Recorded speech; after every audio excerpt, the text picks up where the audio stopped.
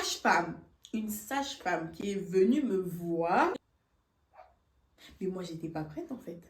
Tu m'annonces ça comme ça. Je me suis vue mourir.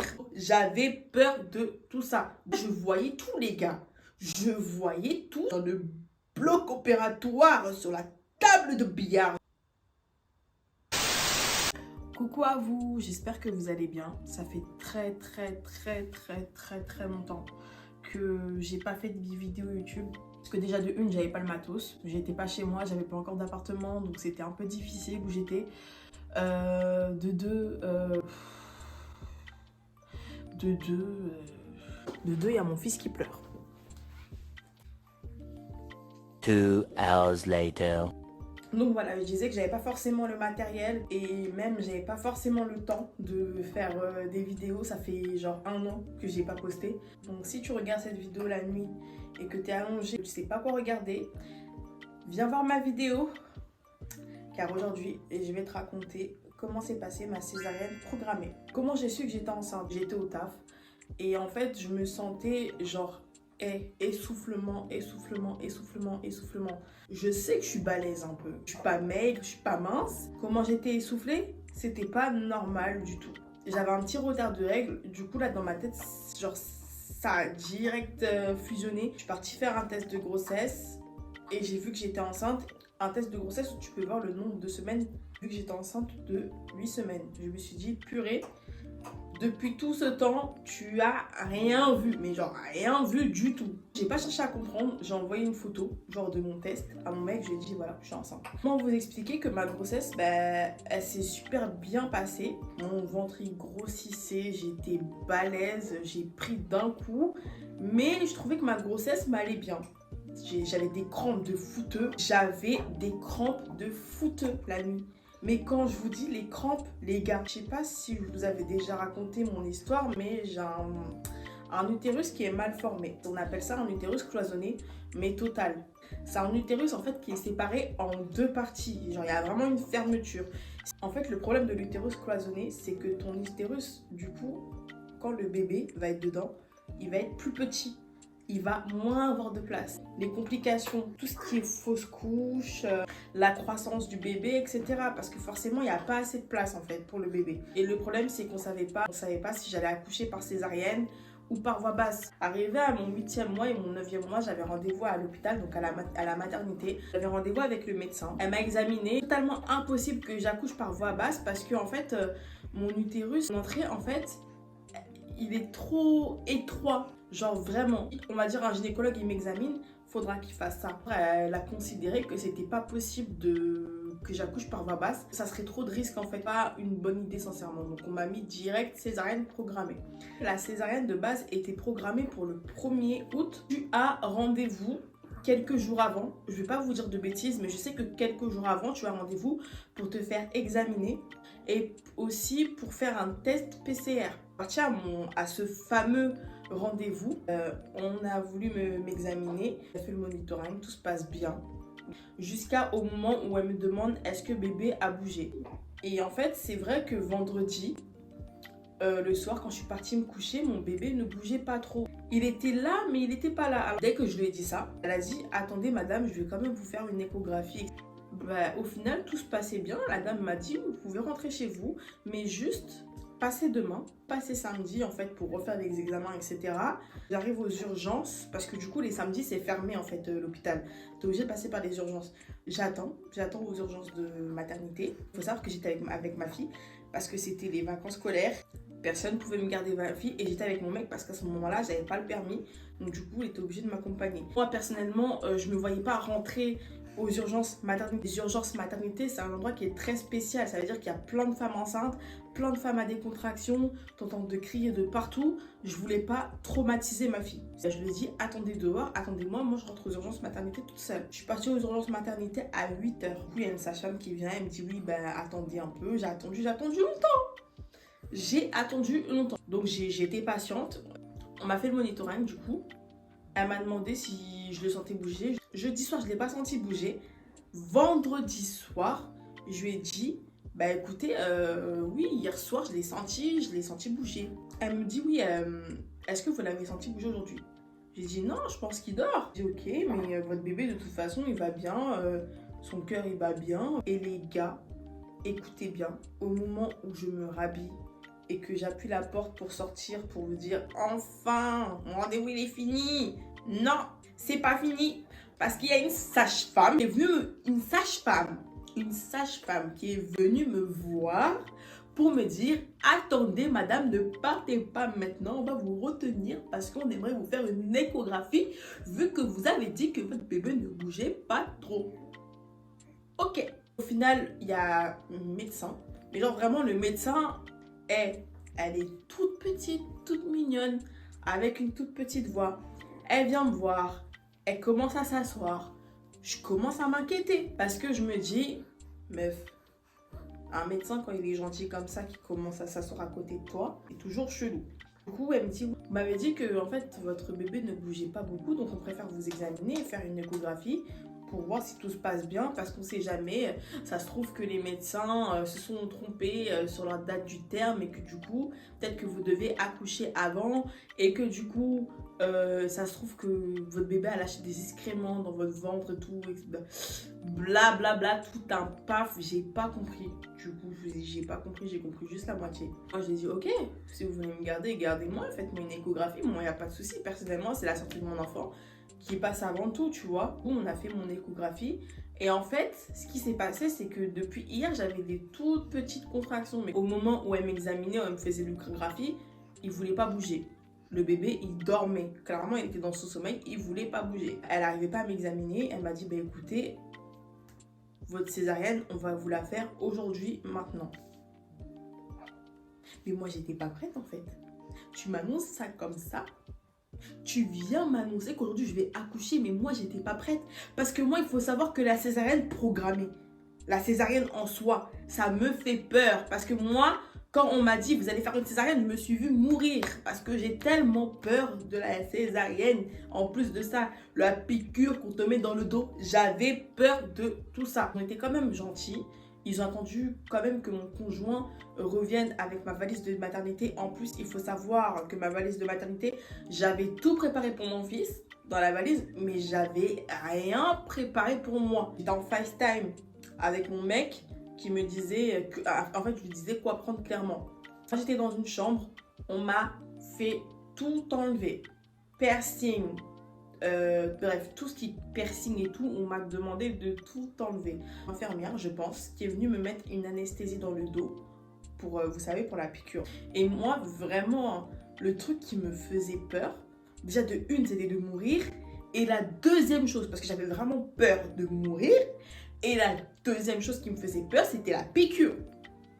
La piqûre dans le dos. Je la redoutais vraiment. Genre, j'avais vraiment peur. Moi, tu peux me faire des piqûres partout, dans les fesses, partout, mais dans le dos, j'avais chaud. Entre temps, mon mec il s'est dépêché à fond pour déposer ma fille chez sa mère. Ce qui s'est passé, c'est que comme par hasard, quand mon mec il arrive, il y a un brancardier. Il m'a demandé oui madame, vous pouvez marcher toute seule. J'ai dit oui, j'arrive à marcher toute seule. Il m'a dit bon ben allez, on y va. On y va déjà maintenant. J'ai même pas eu le temps de faire ma prière. J'ai même pas eu le temps de dire mes derniers mots à mon mec que vous me dites on y va maintenant. Déjà, imaginez-vous, j'ai un, comment on appelle ça, je sais plus, un truc pour protéger les cheveux. J'ai ma robe là d'opération. Je suis là,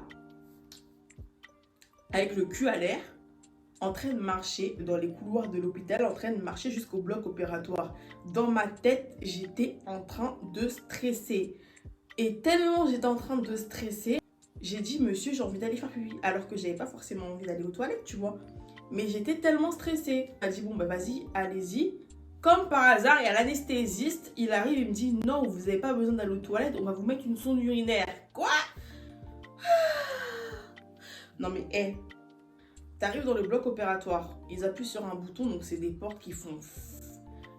Je vois un tas de monde en train de préparer les outils et tout.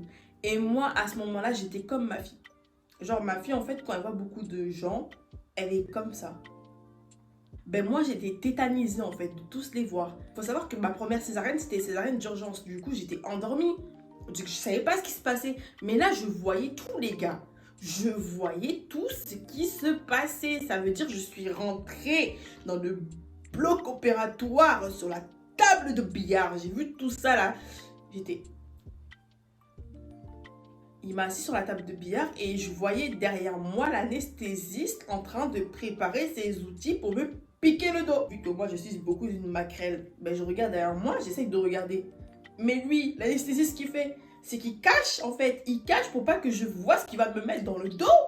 Le brancardier en face de moi, il me dit, allez, détendez-vous. En fait, je me rappellerai toute ma vie. Hein. Allez, détendez-vous, madame. Faites le dos arrondi parce qu'en fait, c'est très important d'avoir le dos arrondi. Commence à mettre l'anesthésie du coup. Il m'a demandé de le regarder.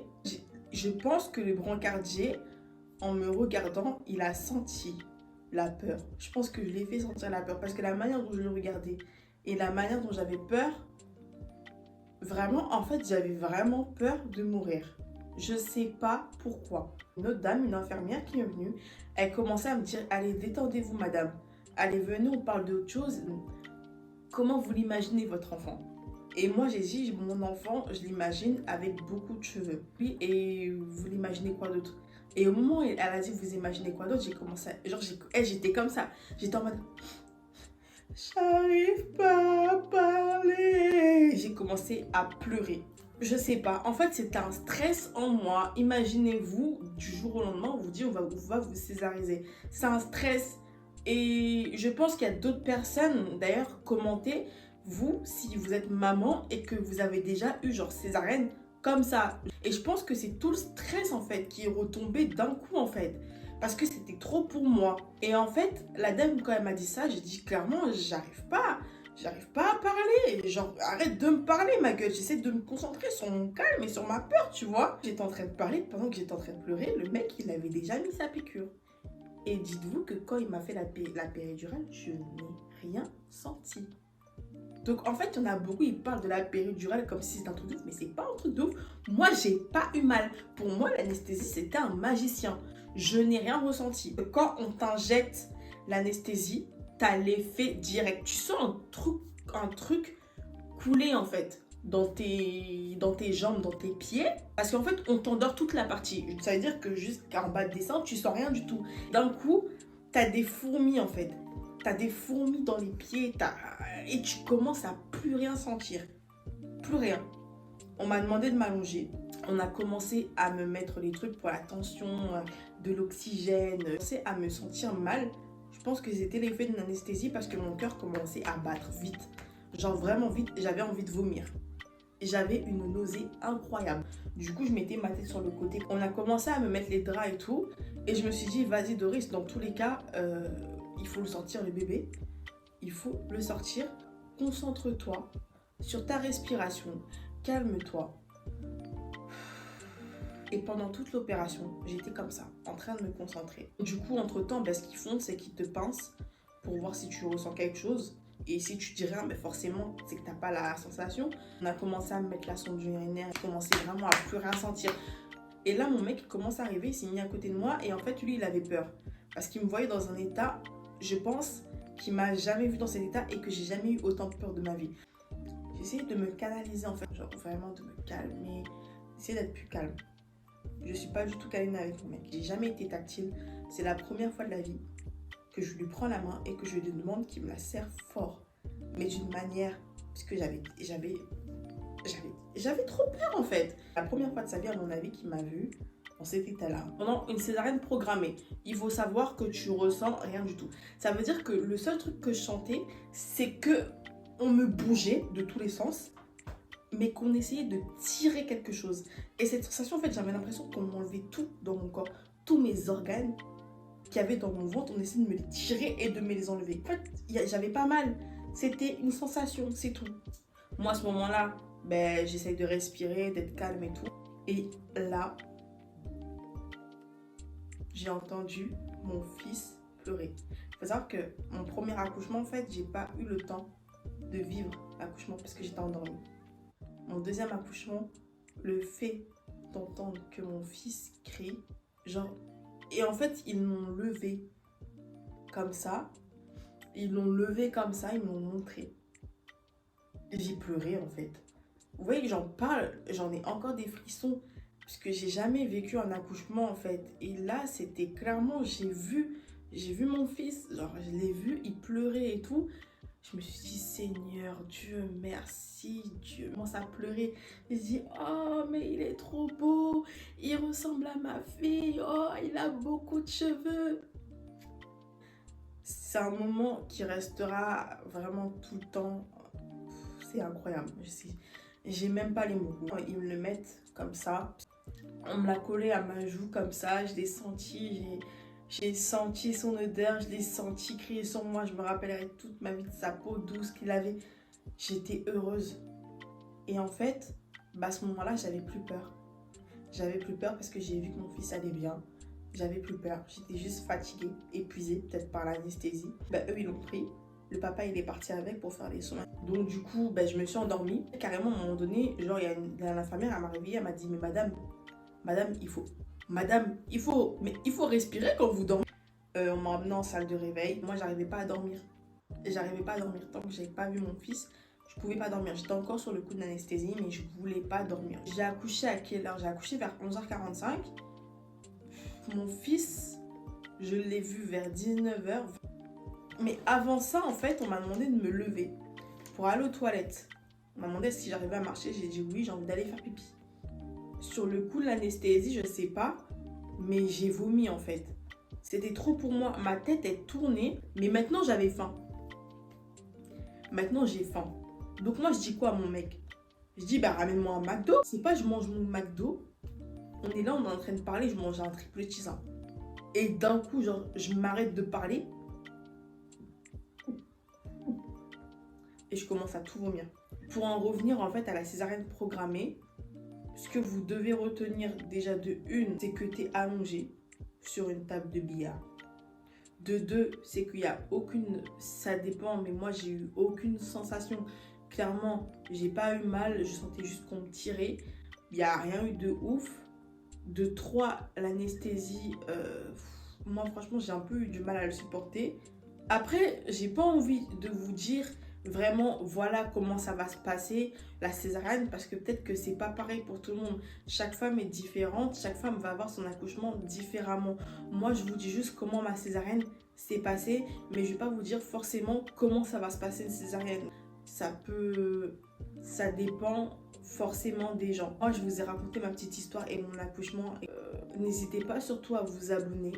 J'essaierai de poster souvent sur YouTube malgré que j'ai pas forcément tout le temps. Je vous fais de gros bisous. Et si jamais vous avez des idées de vidéos, si jamais vous avez des questions, vous pouvez toujours me mettre en commentaire. N'hésitez surtout pas à vous abonner, ça serait super important pour moi.